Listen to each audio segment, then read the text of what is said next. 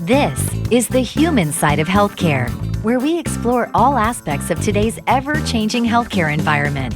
Brought to you by the Dallas-Fort Worth Hospital Council and featuring CEO Stephen Love with co-host Thomas Miller. Now, let's make healthcare human again. And welcome to the human side of healthcare, Steve Love and Thomas Miller. And today we're delighted. We always enjoy talking to guests from our hospitals, but we're going to talk to Ashleigh Kinney. She's the Family Services Director at Texas Scottish Rite Hospital for Children. And her background is in social work. She's professionally trained in it. So we're going to talk about some topics today that I think our listeners can really learn from, not only applying them to what she does at Texas Scottish Rite, but it can help each and every one of us in our everyday lives. Ashleigh, welcome to the show. Thank you so much for having me. I'm thrilled to be a part of this important segment. Thank you very much. You know, as you look at some of the work you do in social work and dealing with the children at Texas Scottish Rite, one of the terms that I heard was unconditional positive regard. Can you tell me and to our listeners, what does unconditional positive regard mean to you? That's a great question. And, this is a belief that's so important to me. And it's something that was really foundational in my training. And I think I've carried it with me throughout my career, both in private practice previously and now in the hospital setting. The idea of unconditional positive regard is a concept actually born out of the field of psychology, specifically seated in the theoretical model formed by Carl Rogers, whose work really focused on human or client-centered care. So unconditional positive regard is this belief and an emotion that we should be able to promise to our patients that despite their situation and despite any challenges or their identity or their beliefs, their past or any other factors, that we can and we will care for them with an attitude of respect and acceptance. Said another way, it means that I will celebrate alongside you as you want to be celebrated, and I will support you throughout the experiences in life that you may or may not have chosen, regardless of whether or not I myself have direct experience with your situation, and whether or not I make the same life choices as you in life. You know, Ashleigh, this unconditional positive regard of how you respect people and how you have a positive attitude. Let's step aside from the clinical setting. How would you say this is good to just help people not only navigate healthcare, but navigate life? Oh, great question. I think the active clinical care is really just one aspect of healthcare, though, of course, a very important and the primary aspect. However, the topic of unconditional positive regard, respect, and acceptance should be trained and supported throughout every aspect of healthcare organizations, and to your point, any organization, especially in our society, in our communities right now. For example, at our hospital, we lead with our core values. It's something we're just so proud of. We talk about them all the time, and our employees even rate this as our highest accomplishment in our employee satisfaction results, that we lead with our core values. One of our core values is respect. And we recently spent an 8-week period of time exploring with every single employee during these feedback sessions related to patient experience and discussing this topic of respect. We broke down examples of how we can and how we should showcase respect in our work throughout our organization at Scottish Rite.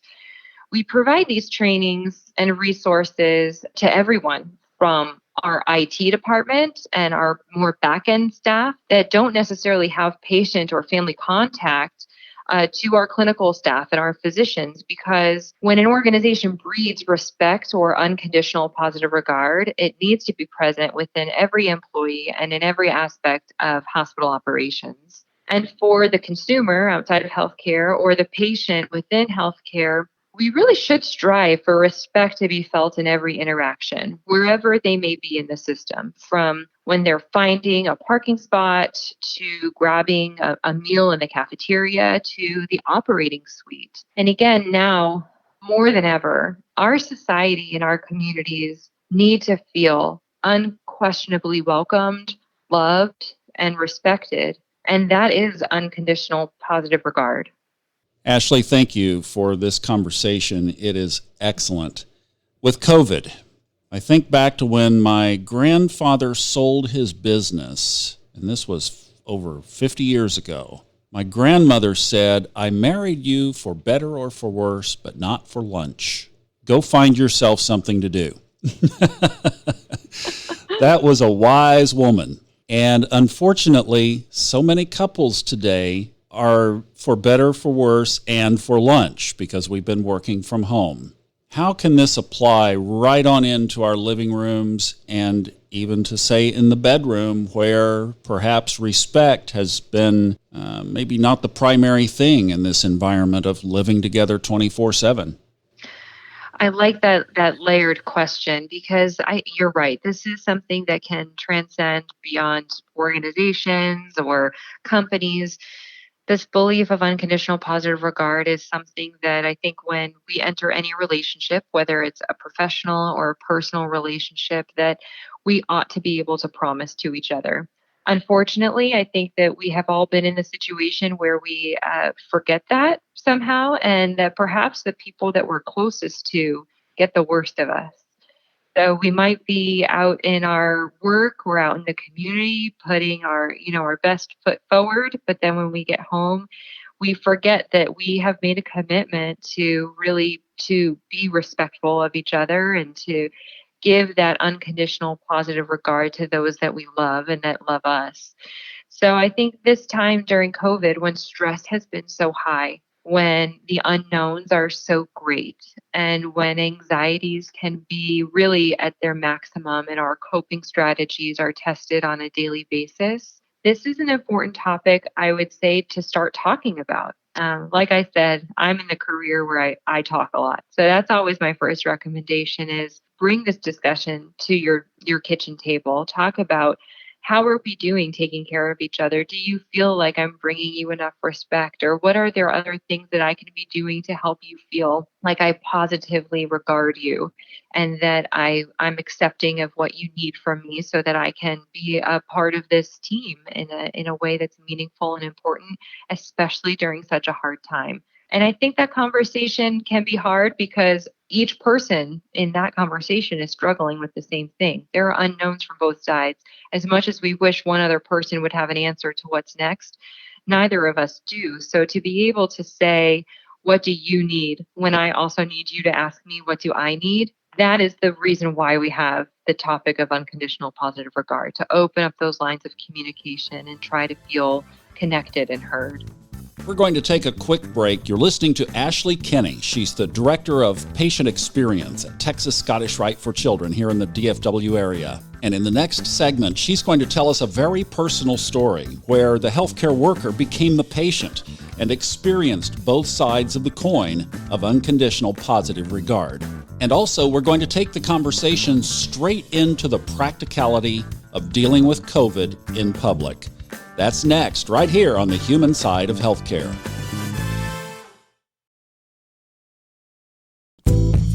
This is the human side of healthcare on 1080 KRLD and the radio.com app, where we feature healthcare's hottest topics and what our North Texas area hospitals are doing to make healthcare human again.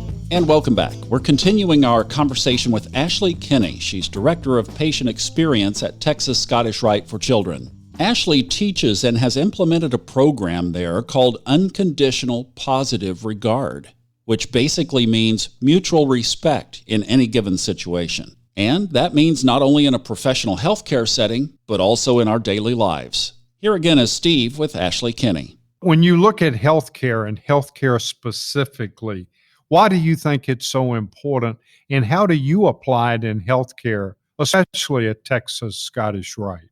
Sure. I would sum it up by saying unconditional positive regard in healthcare is the truest form of respect. And in healthcare, we serve to respect, and I would say, especially at Scottish Rite, I feel very strongly about that.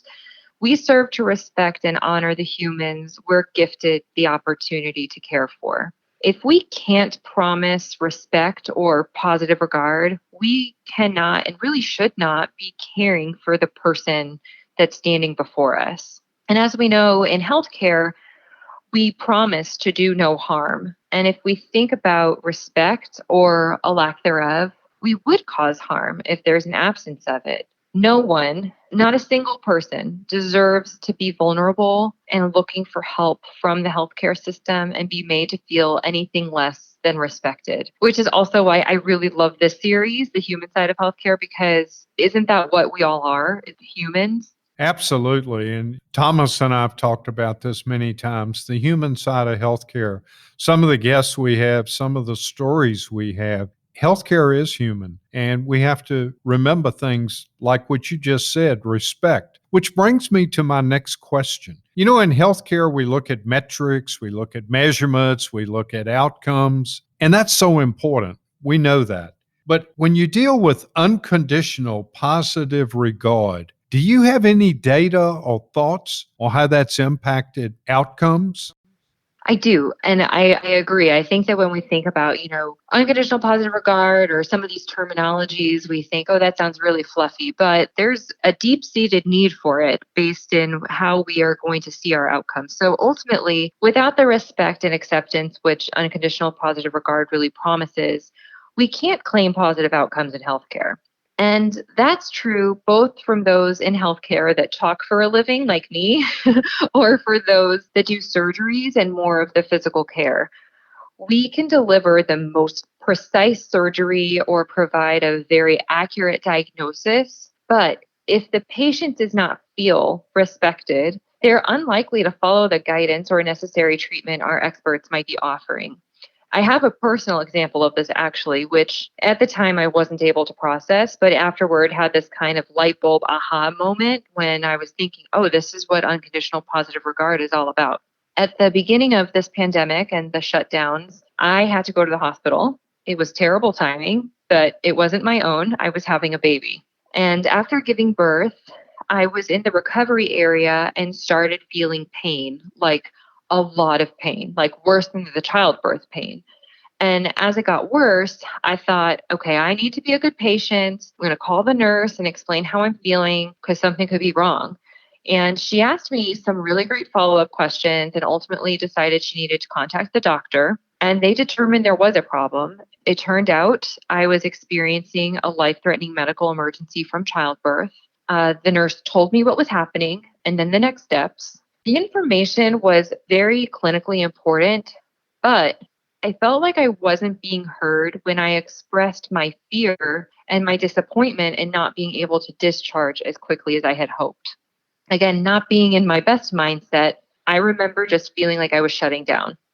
And despite the team telling me all the important information, all I was worried about was that I was going to have to stay in the hospital longer. I was going to be away from my family for longer. And on top of that, I was really worried about myself or my family being exposed to COVID. And I thought I was expressing this, but also felt like none of those concerns were really being taken into consideration. I even remember thinking at one point, I'm just going to go AMA and hope that my body takes care of itself because I want out of here. And it really wasn't logical, and I clearly wasn't at my best, but at least I quickly arrived at the conclusion that going AMA would be a really bad idea, so I stayed put. But I remember crying as they wheeled me back from recovery into the stepped-up level of care unit. And once I was situated on the unit, the first member of the new care team came to greet me, and I'll never forget this particular nurse. She went out of her way first to sit at my eye level. She said something along the lines of, I know you're scared. I know this isn't what you want, and I know you had another plan. I'm sorry your plans aren't working out the way you wanted. Can we make some new plans together? And that, I remember, was the first time in the middle of all that chaos that I felt a weight lift and was willing to enter the agreement to let someone else lead my care and let go of the control I was so desperately seeking when I felt like I wasn't being heard or seen. And then, on top of her words, she offered action. She asked me if I wanted a bed bath. And I teared up again. There was a lot of crying throughout this whole situation, but this time it was tears of relief. And she just could empathize that I was feeling badly and clearly thought through what she could offer or do to make me feel supported. She saw me as vulnerable and really let us both sit in that vulnerability to make me feel comforted and cared for. So to me, that was an example of unconditional positive regard. I was absolutely being a difficult patient in retrospect. I wasn't wanting to hear the important medical care they were telling me I needed, and they were right, I needed it. But because I hadn't felt respected or heard, I wasn't being safe. But then when I did, and I immediately started feeling more hopeful and logical. And I know that affected my outcome. I stayed for the care. I'm alive, and I actually listened to the instructions they needed me to follow to get better. And I know that that's just one anecdotal example of when unconditional positive regard leads to great outcomes. But I think it really does showcase how important all those different verbals and nonverbals really impacted the care and the outcome, for me at least. It may be anecdotal, but what a powerful message. And, I really connected when you said the unconditional positive regard that nurse had for you. On a side note, I know Ashleigh personally, and there's no way, for our listeners, AMA means against medical advice. I can't see her leaving against medical advice. So this must have been some tremendous unconditional positive regard. Ashleigh, as we look at social service, and if we look at the good work you do every day, many of the people in healthcare often say, I had a calling to go to healthcare. I had that servant attitude. Is this skill that you possess, dealing with positive regard, is it inherent in your personality? Is it learned? How do people really know how they have that in their souls, so to speak? It can be both. Healthcare is such a special place with special people that do really special work. No doubt there are definitely natural personality types that easily tap into empathy and have naturally high emotional intelligence.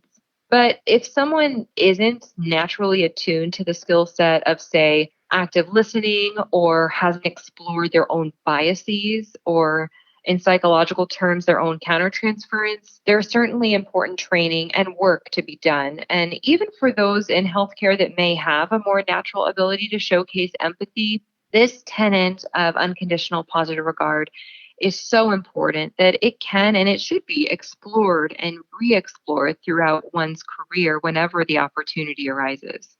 Ashleigh, when we think in terms of unconditional positive regard, and you look at COVID-19, if you were going to give individuals advice on how they could show unconditional positive regard for their neighbors, what would you say? I know this is a hot button topic, and I would say the most important thing you can do right now to physically show unconditional positive regard and to really do unconditional positive regard is to wear your masks. I know that there's so much information out there, and we're constantly watching the news, and we're seeing how scary our situation is and how it's only becoming scarier in this moment.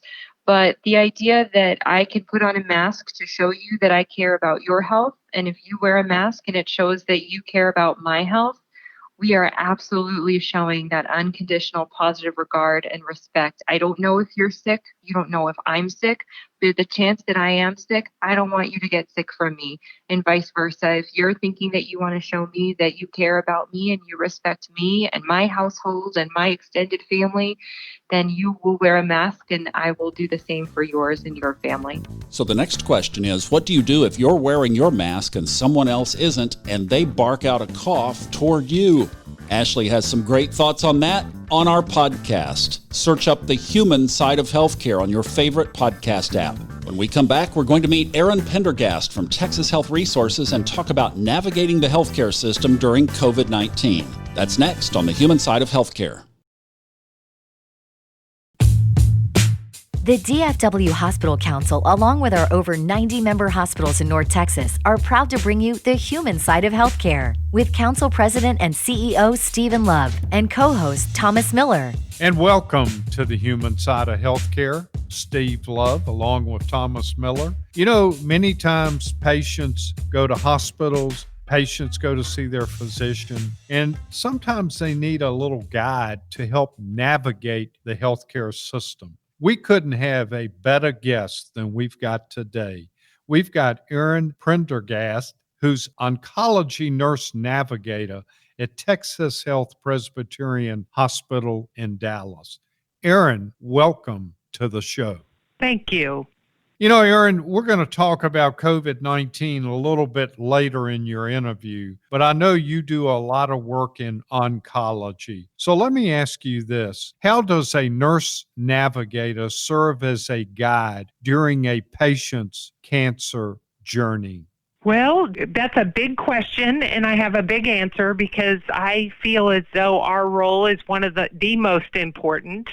The earliest we can access a patient and have a conversation with them, the better for the patient in terms of understanding what their concerns are, understanding what their diagnosis is, and truly getting to the bottom of what their needs may be. I explain to a patient the very first time I meet with them, and knowing that they have just been given something that's very unpleasant, you know, that phone call, quote unquote, where they find out that they have a cancer diagnosis can be pretty devastating.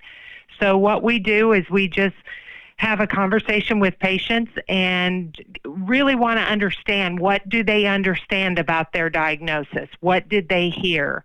That's the very first question I ask is, what do you know and what do you want to know? So our biggest role is education, because a lot of them on that very first contact, they may not know what they need. And I tell them that. It's okay if you don't have any answers for me today when I ask you if you need anything, because maybe 3 weeks from now you're going to. I give them my card.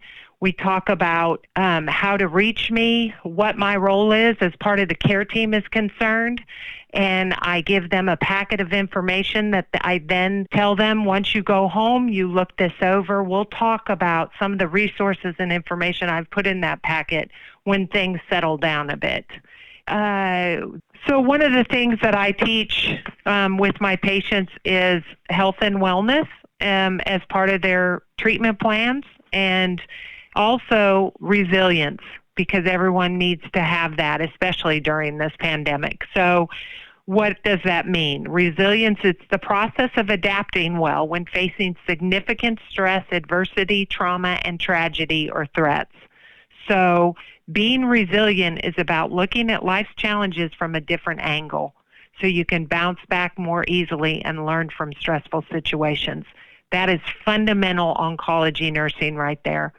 And as long as we can send that powerful message about resilience and empowering our patients to not give up, to have hope, to know we're here to help them, that's so important to help them get through something like this.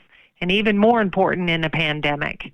I can't imagine having a cancer diagnosis myself, let alone during a pandemic. So this is the message that we need to be sending. You know, you're really the go-to person for many of these people. Like you say, they don't know and they need your help. So what are some of the ways, other than what you just mentioned, that you help support those patients? What I think is one of our most important roles is we need to be good communicators. And in the process of communication, nothing is ever one way, right? Like this interview, where everything is give and a take, and it's that way for patients too, and they need to be heard. We have to be astute listeners. We have to be able to communicate back to them. I usually ask my patients, when I explain something, let's say about their breast cancer diagnosis, and we're talking about their treatment plan, I have them repeat back to me what they've heard from the doctor, what I've just said to them. I want to make sure that they understand. So communicating is paramount. Trust. They have to have trust in their care team. They have to have trust in who's taking care of them. so they're never afraid to ask questions. And if they are, I explain to them that I'm also their advocate. I tell them that if they are not comfortable with some of the information, they can call me. We can dissect the information and I can help them understand it better. And I also am a conduit back to the doctor and to the physician's offices, so that if they are having difficulty making appointments, it can be little things that matter the most to patients. And I tell them that nothing is too big or too small for me to handle. You know, Erin, if I contacted you and it's the first contact I had with you and I said, Erin, I've just been diagnosed with cancer, what would you tell me? I would tell you first that I'm sorry, because I think patients need to understand that we as a healthcare team, even though we're here to provide care and, automatically we're giving them information, we're sending them to appointments, we're telling them where to park, they need to know that we're humans too and that we care about them. And that's what I would want to hear someone tell me. I'm sorry that you're having to go through this. However, this is what I'm going to do for you. This is why I've worked at my hospital for 23 years. Have faith in us. We are going to take care of you. That starts a very good relationship, because building trust with them is going to be very important moving down the road. So I would tell you that I would show that I'm empathetic. I would ask you, how is your family? We know that cancer doesn't just affect you. We know that cancer affects your family. It affects, your work environment. What can we do to help you navigate some of those issues as well? So we really want to establish trust as soon as we can. And I tell my patients, when I see that they come to their appointments with support teams, when they have family members that want to be on phone calls, because as you know, right now we're limiting visitors. That can be a scary experience when we're asking patients to come to appointments by themselves. That's where a navigator can come in and help as well. So we kind of wear different hats for different circumstances, but the most important thing for me as an oncology navigator is I want to tell my patients I'm here as not only your advocate, I'm going to collaborate for you and with you, but I'm also going to be a guardian angel for you. You just mentioned something that triggered a thought about limited visitation. 120 days ago, COVID-19 entered the healthcare delivery system. How has that changed your mission, and how has that changed how you navigate patients? I'm going to answer this in two different ways. One, I'm going to say that the mission at our hospital at Texas Health Presbyterian is to improve the health of the people in the communities we serve. This mission has not changed just because of COVID. We are still going to improve the health of the people in the communities we've served. It's my opinion that our mission is even more important now. So it's almost like that mission was in a different font, and now I'm going to capitalize it. I'm going to underline it. It's more important now. There's a lot of uncertainty right now.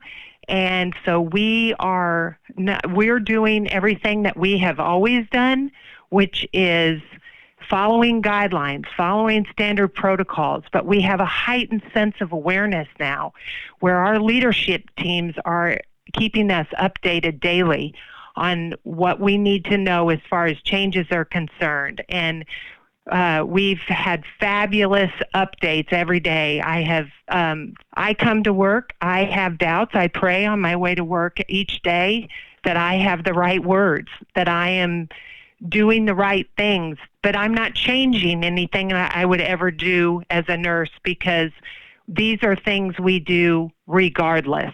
We just have to be more mindful that is, again, it's one of those things where we have to establish that trust with our patients, that they know that even in a pandemic, they're going to get the best care possible. Speaking of the pandemic and COVID-19, I know in the hospitals to follow certain guidelines, personal protective equipment that we refer to as PPE has to be worn in certain situations. How do you still connect with your patients given the PPE guidelines? Well, I'm going to answer that honestly. It's been very hard for me personally. One thing that I know and that I've known as an oncology nurse for 13 years is that patients need personal human touch. Some patients, just by giving them a hug, could make or break an appointment or give them the hope that they need to carry on. That we're not able to do. Staying 6 feet distance, being mindful of safety, wearing masks. They don't see that encouraging smile that they need. So I try to make up for that with my words and give them, if they want to pray, I will pray with them. But I acknowledge it. I put it out there immediately just so we both understand that it's uncomfortable for me as well, because I don't like to see patients with all you see is pure fear, because you can only look at their eyes and you see they're frightened. So I acknowledge that. I tell them, you look afraid. How can we make you feel better? If I'm a hugger, I want to reach out and touch you and hug you and tell you it's going to be okay. I can't do that right now, and here's why. Again, it's all about communication. Erin, we just don't know how to thank you so much for being on a show where you really reflect the human side of healthcare. So, on behalf of our listeners, thank you for sharing with us patient navigation, and especially with cancer patients. It's been a real pleasure having you on the show. Thank you very much for the opportunity. Helping people navigate through the healthcare system is likely to be one of the bright spots in healthcare in the future and one of the positives coming from COVID-19. Erin talks a lot more about this on our podcast, The Human Side of Healthcare. Just check your favorite podcast app. And speaking of COVID, Steve and I are going to unpack the local spikes coming up and talk about hospital capacity and what we should be doing in light of all of this. That's next on The Human Side of Healthcare.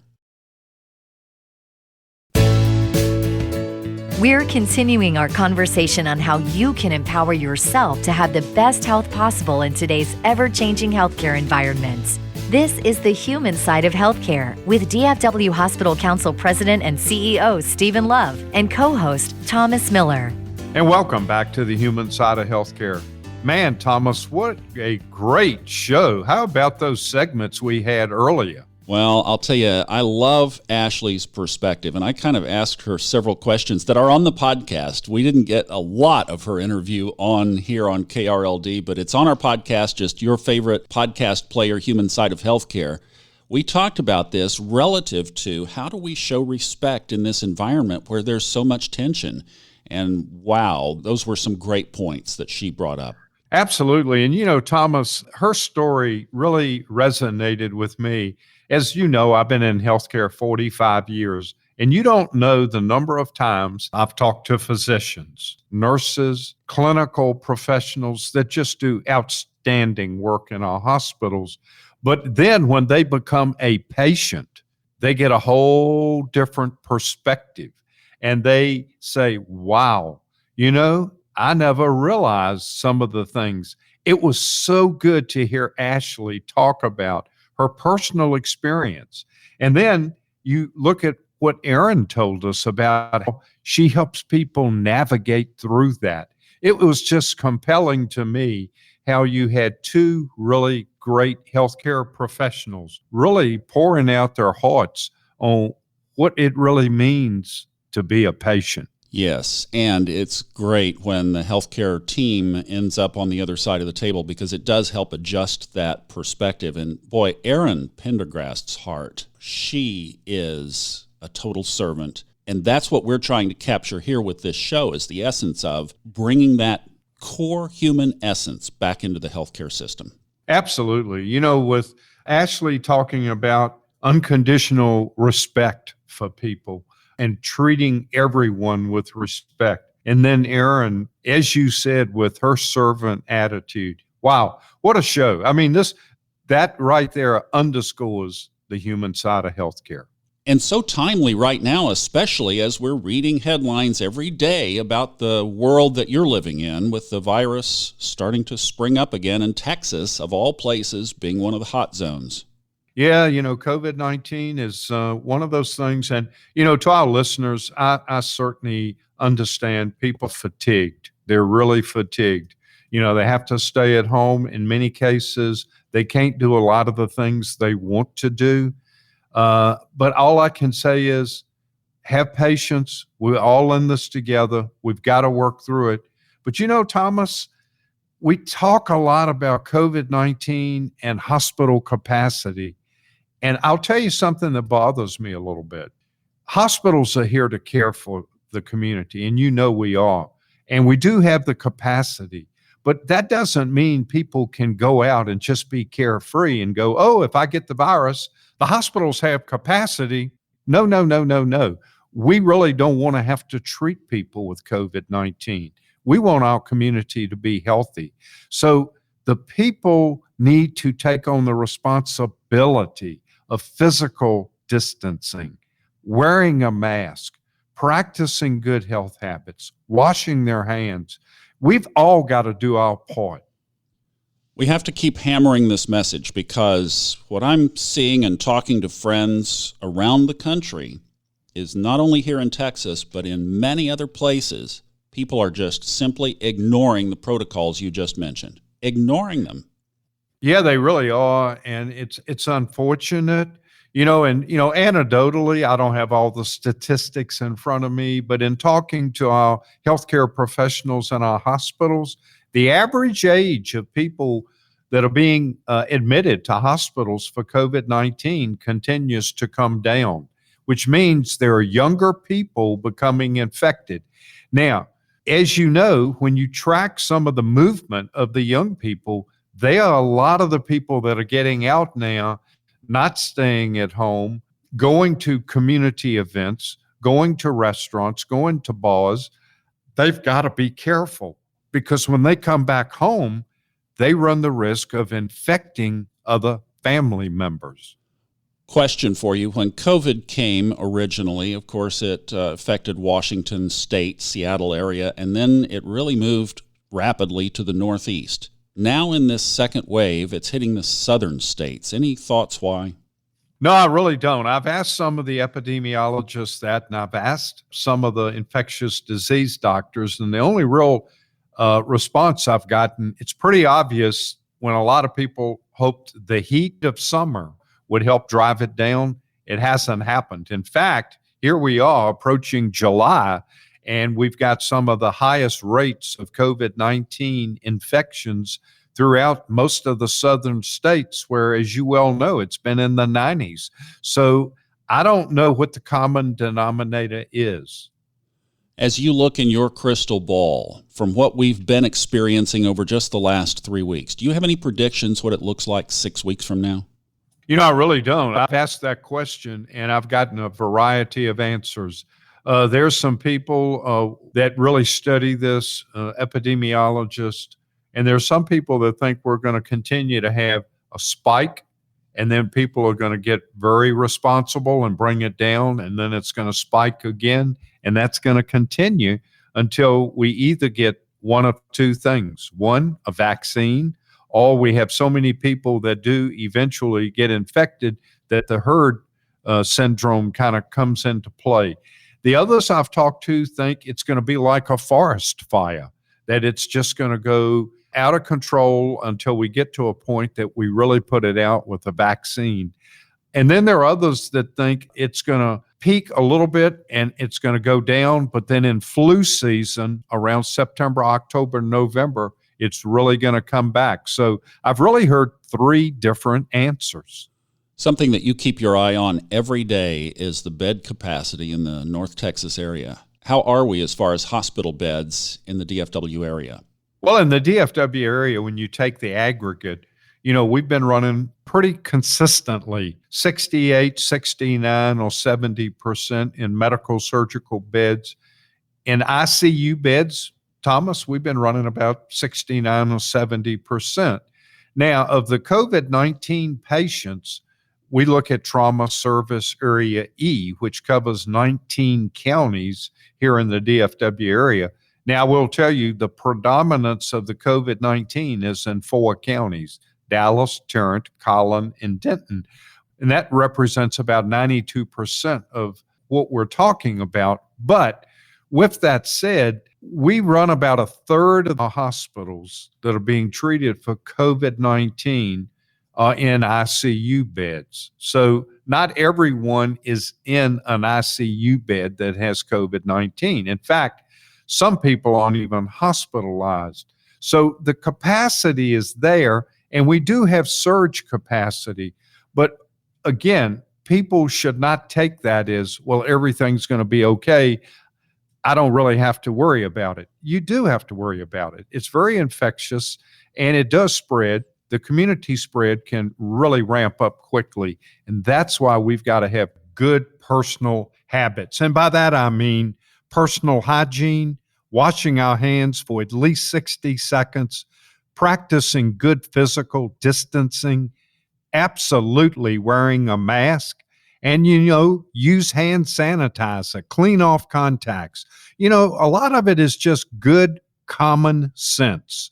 We need to do that if we're going to stop the spread of this virus. Yeah, we've brought that up in several different ways in this show, and the science is there, and it just makes common sense.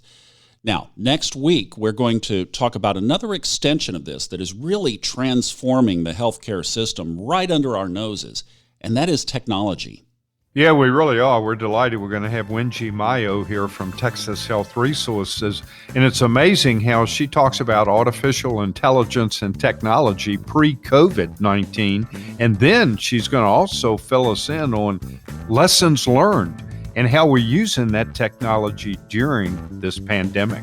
Well, Steve, I know you will have your mask on this week. I will too. And everybody stay safe. And please take Steve's advice and just do it. Just wear the mask. Stay safe. We'll see you next week here on the Human Side of Healthcare on 1080 KRLD and radio.com.